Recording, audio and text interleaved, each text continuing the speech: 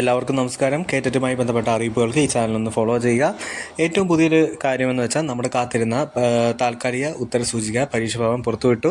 കേറ്ററ്റ് December 2025 category 1, 2, 3, 4 പരീക്ഷയുടെ താൽക്കാലിക ഉത്തരസൂചിക പരീക്ഷാർത്ഥികൾക്ക് പരിശോധിക്കുന്നതിന് വേണ്ടി പരീക്ഷാഭവൻ്റെ വെബ്സൈറ്റ് പ്രസിദ്ധീകരിച്ചിട്ടുണ്ട്.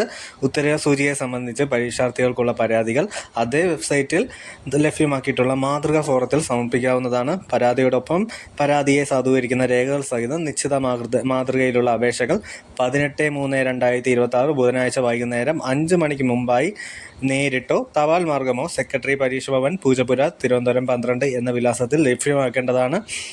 വൈകി ലഭിക്കുന്നതും നിശ്ചിത മാതൃകയിൽ അല്ലാത്തതുമായ പരാതികൾ യാതൊരു കാരണവശാലും പരിഗണിക്കുന്നതല്ല.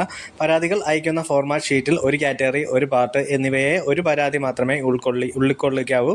വ്യത്യസ്ത കാറ്റഗറികൾക്കും പ്രസ്തുത കാറ്റഗറികളിലെ പാർട്ടുകൾക്കും പ്രത്യേക ഫോർമാറ്റ് ഷീറ്റുകൾ ഉപയോഗിക്കാവുന്നതാണെന്ന് പരീക്ഷാ സെക്രട്ടറി അറിയിച്ചിട്ടുണ്ട്.